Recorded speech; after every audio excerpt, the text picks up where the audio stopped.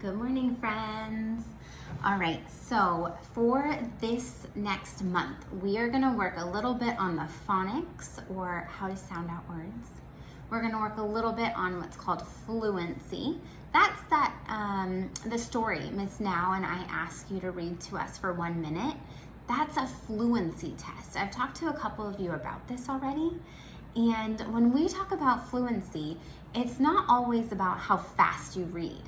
Sometimes it's about, can you read with expression? Can you read when there's an exclamation point at the end? Can you read it like, hey, that's awesome?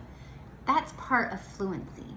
So we're gonna talk all about pace and phrasing and expression and all of the things that have to do with fluency over the next month. So this week, we're gonna focus on pace. You say the word pace, pace. Okay, now pace is when you're reading, it's how quickly you're reading or how slowly you're reading.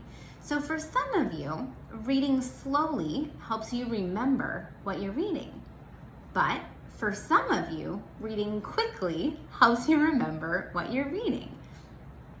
And you guys naturally, your brain naturally figures out which one is better for you. So sometimes it's not about, like I said, it's not about how quickly you can read something. It's about how do you read all together so that it makes sense in your brain and you can understand what you're reading. So if we're talking about speed, how quickly you do something, we want to find the right pace. Just like we talk about picking a just right book, you want to pick a just right pace for you to do your reading. Okay, so if I read this sentence, if I read the sentence, don't read too fast like a rabbit, that's too fast. But if I read this sentence, don't read too fast like a turtle, that's too slow. It's too slow for our brain to remember what we're reading. You want to find a pace that works for your brain. So this week, we're going to work on that. You're going to break out in your reading groups with your teachers, okay?